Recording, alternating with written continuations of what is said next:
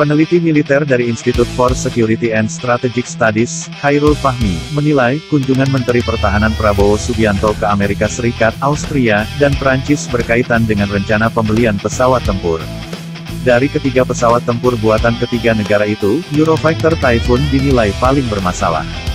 Saya kira berkaitan, terutama menyangkut kunjungan ke Austria. Isu utamanya jelas soal proposal pembelian Eurofighter yang diajukan Prabowo Juli lalu, ungkap Khairul kepada Republika, Kamis tanggal 22 Oktober.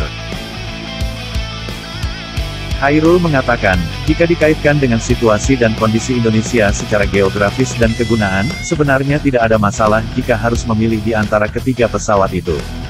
Namun, jika dikaitkan dengan efisiensi dan benefit transaksi, masalah logistik, perawatan serta pemeliharaan, maupun efektivitas operasional, dia menilai, Eurofighter Typhoon paling bermasalah.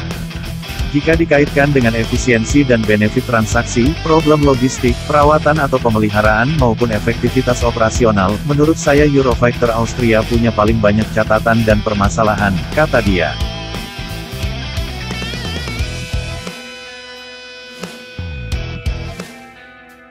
Saat Eurofighter tidak dimasukkan ke dalam daftar pilihan, hanya tersisa pesawat jet tempur F-35 dari AS dan Rafale dari Prancis, dia lebih memilih F-35.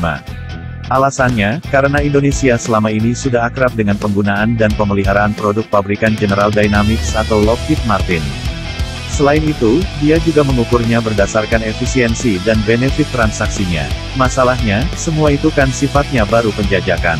Di sisi lain, kontrak pembelian Su-35 buatan Rusia justru terkatung-katung, lanjut atau tidak, kata dia. Menurut Khairul, pesawat jet Rafale juga cukup baik, tapi masih diperlukan kajian mendalam terkait benefit transaksi dan sebagainya.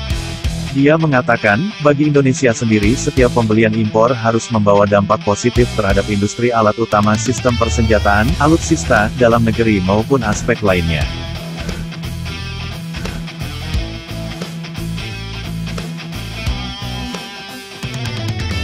Bagi Indonesia yang belakangan getol mengkampanyekan soal pengembangan industri dalam negeri dan kemandirian alutsista, setiap pembelian impor tentu harus membawa dampak positif, ucap Khairul.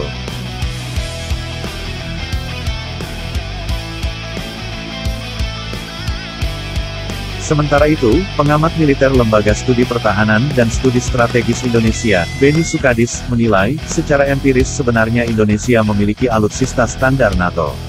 Menurut dia, 75% alutsista Indonesia memiliki standar NATO, sisanya berasal dari Eropa Timur dan dalam negeri. Artinya pesawat standar NATO lebih mudah untuk dioperasikan antar platform pendukung dalam militer, kata Benny lewat pesan singkat, Kamis tanggal 22 Oktober.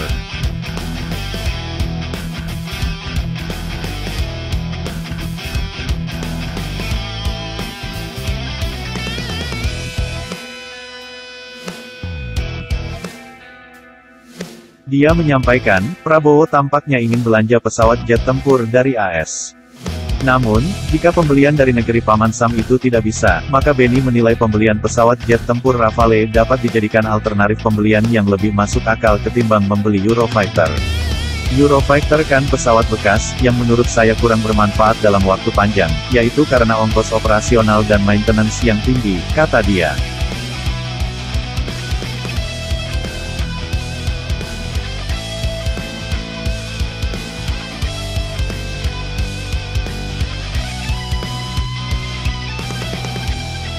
Selain itu, Benny menyatakan, kalau Indonesia membeli langsung ke Prancis akan lebih menguntungkan lantaran yang dibeli adalah pesawat baru. Menurut dia, masa pakai Eurofighter Typhoon hanya tersisa sekitar 7 hingga 10 tahun penggunaan. Karena itu, dia menilai Rafale merupakan pilihan yang lebih baik dibandingkan Eurofighter. Kalau saya pribadi, Rafale lebih cocok, tapi yang lebih penting adalah ada skema offset. Negara Eropa lebih bisa diajak kerjasama dalam kebijakan offset ini, terang Benny.